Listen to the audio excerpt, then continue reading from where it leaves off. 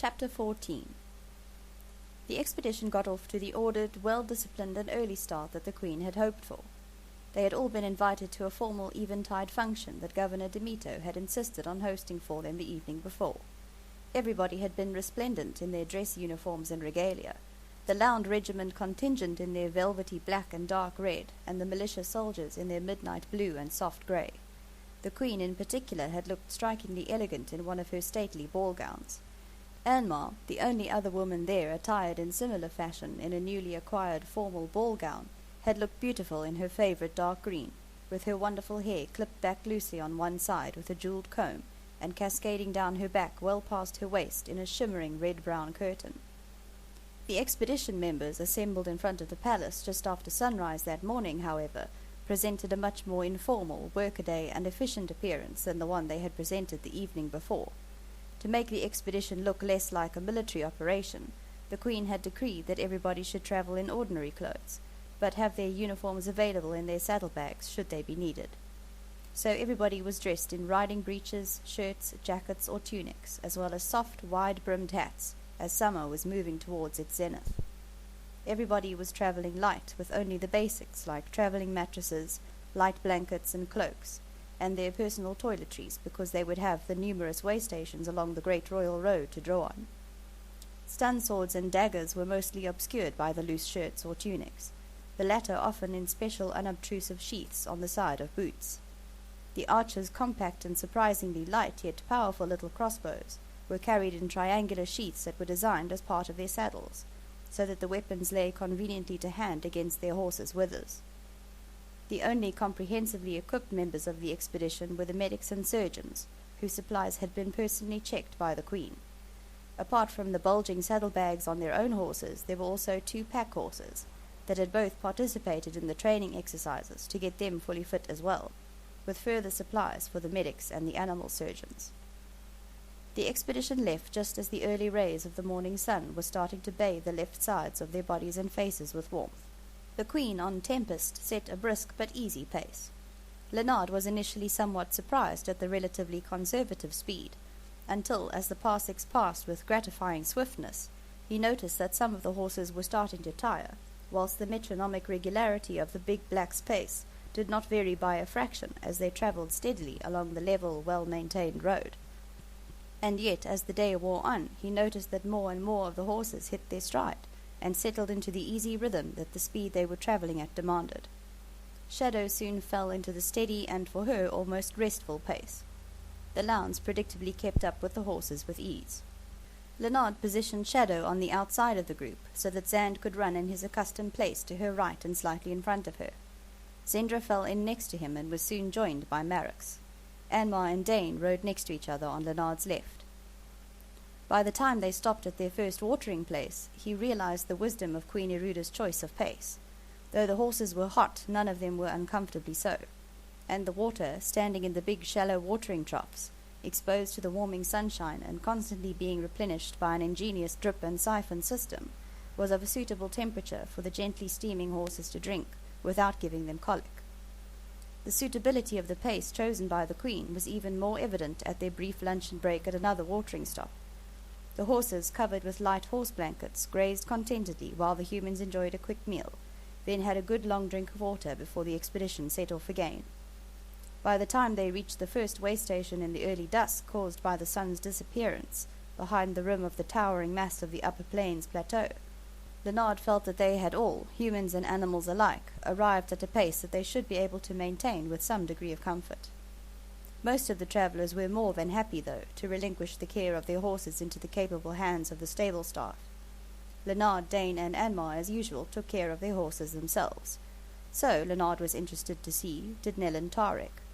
Even more surprisingly, Leonard noted that the Queen herself oversaw every aspect of Tempest's care, right down to the measuring of his feed and the checking of his hooves.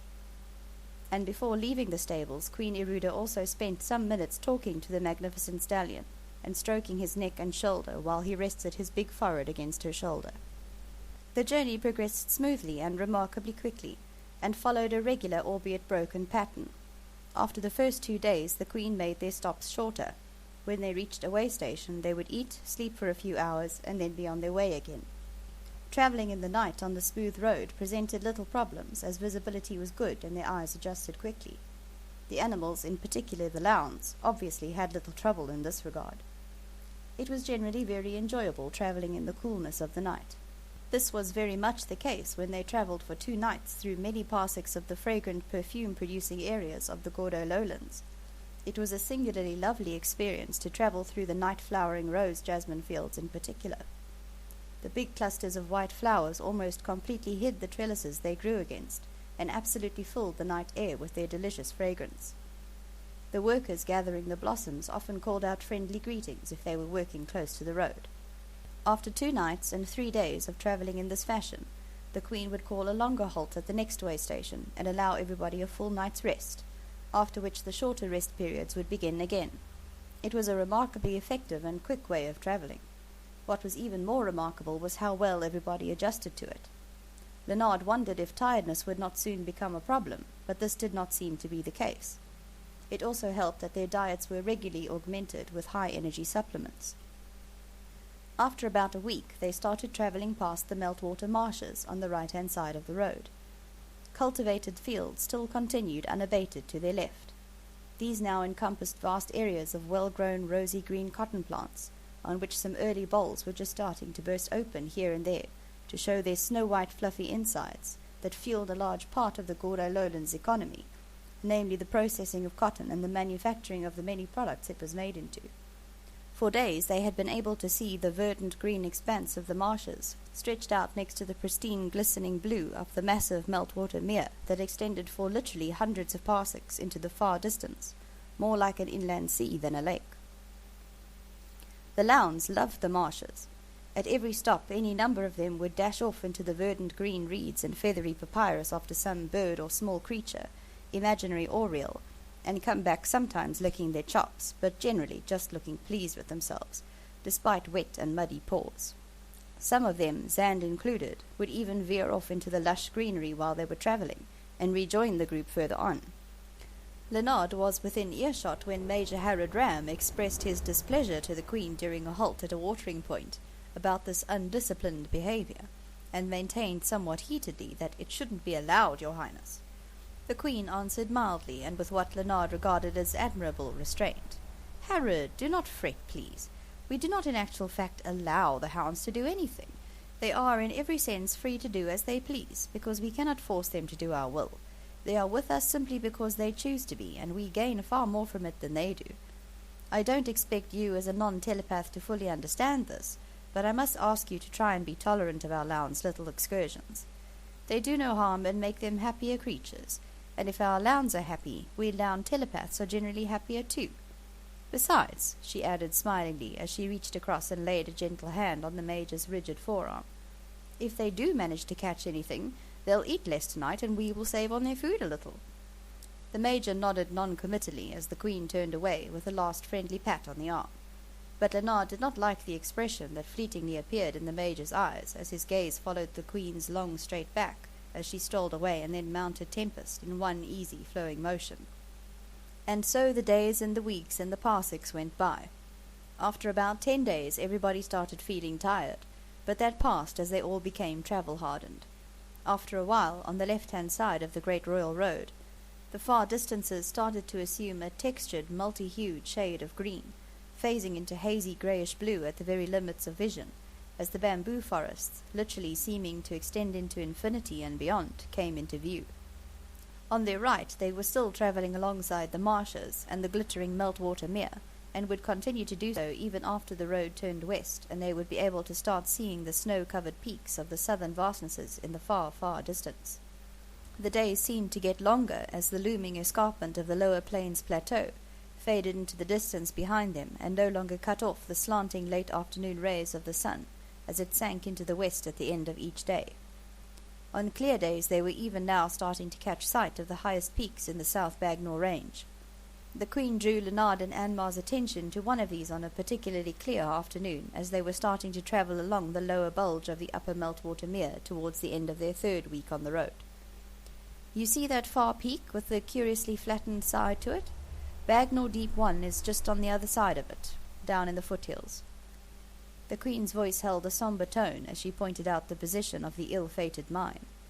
The moment was lightened, however, when Zand burst out of the rushes not far behind them, dragging the newly dead carcass of an enormous marsh boar, much to everybody's amazed delight.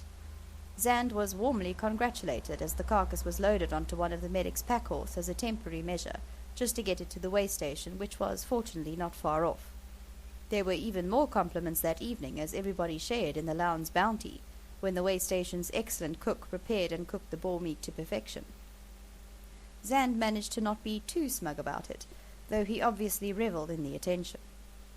Leonard and Anmar made sure that both he and Zendra were particularly well brushed that evening, whilst Dane treated Marrox to the same indulgence. They also checked their paws again, as they did every evening. Some of the Lhounds were now having to start wearing elk-hide booties as the long journey was beginning to take its toll on the pads of their feet. They had by now been travelling for many parsecs past the bamboo forests, though the cultivated land still continued along the left side of the road in a strip of about 3 parsecs wide. This cultivation stopped abruptly when they reached the turn-off to Verdifane, the principal city of the bamboo forest province. Immediately after the Verdifane turn-off, it suddenly felt as if they were right in the forests, as the bamboo in many places actually curved well over the road in graceful swaying arcs. The gently melodious creaking of the bamboo stems rubbing together, and the whispering susurration of the wind through the millions of bamboo leaves contributed to this illusion. When they were stopped at a watering point a while later, the Queen walked some little distance with Leonard and Anmar and her brother, appreciating the beauty of the graceful bamboo fronds swaying up to 100 feet above them.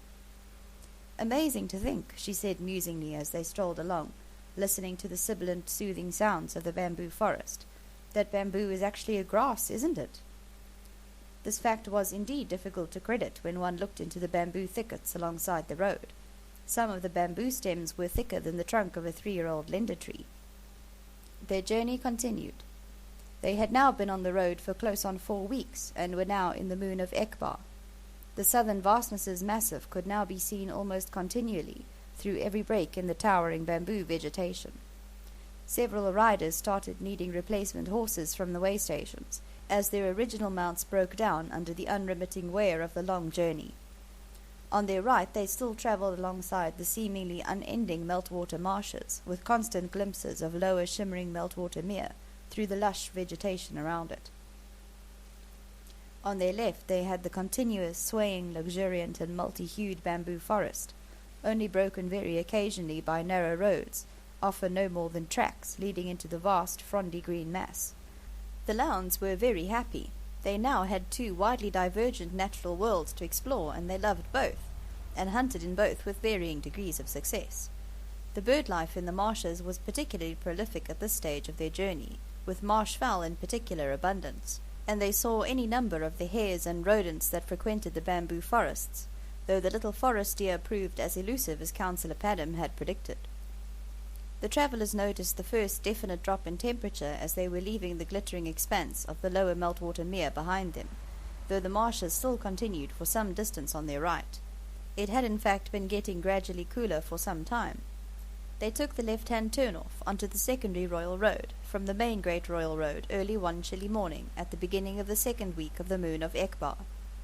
As the Queen explained to Leonard, who was not familiar with this part of the southern kingdom, the secondary Royal Road had been built well after the massive labour of constructing the Great Royal Road had been completed nearly 100 years before.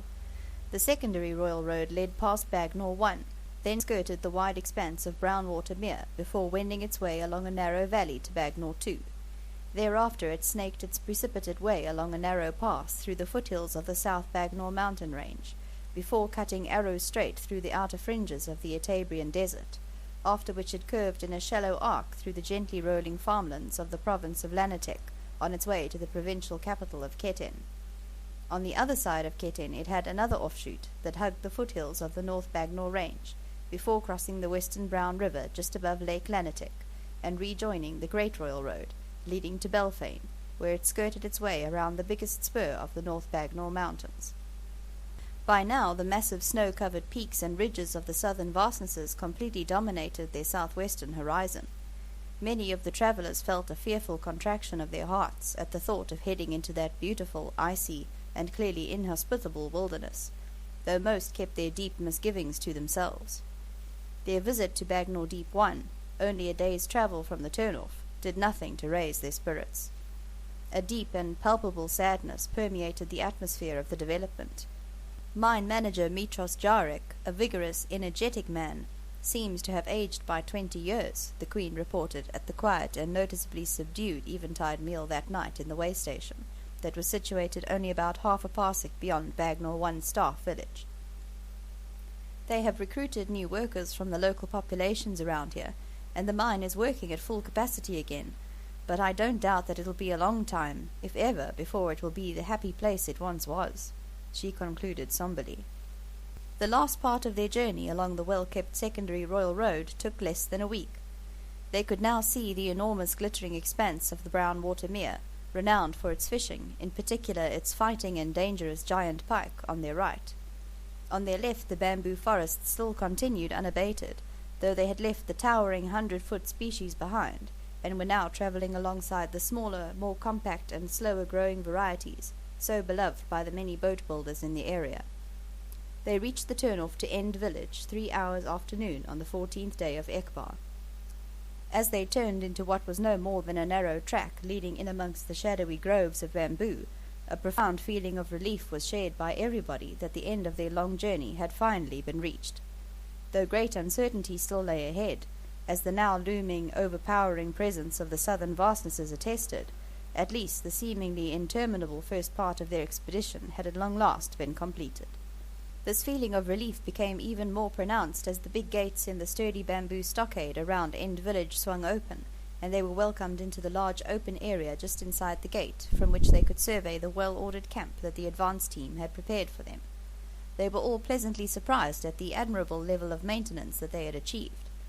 The existing bamboo huts had been spruced up, a dormitory tent erected to provide added sleeping accommodation, and modest but well-laid-out ablution facilities constructed. Another long rectangular tent had been set up to provide stabling for the horses. The big central hut, with its adjacent small but well-planned field kitchens, was ideally designed for eating and indeed just socializing, and provided a warm, comfortable space where everybody later congregated to allow the knowledge that they had indeed reached the end of the long road to fully sink in. Joyful reunions between friends reinforced the strong sense of homecoming that prevailed. The eventide meal that night, very soon and unashamedly, assumed the nature of a celebration, as the weight of the journey slid off many shoulders. The cooks had outdone themselves in preparing a delicious repast, and it came to light that Governor Demito had entrusted several sizable casks of his new Rhenish to Councillor Padum for exactly this occasion, so the wine flowed freely and aided relaxation even more.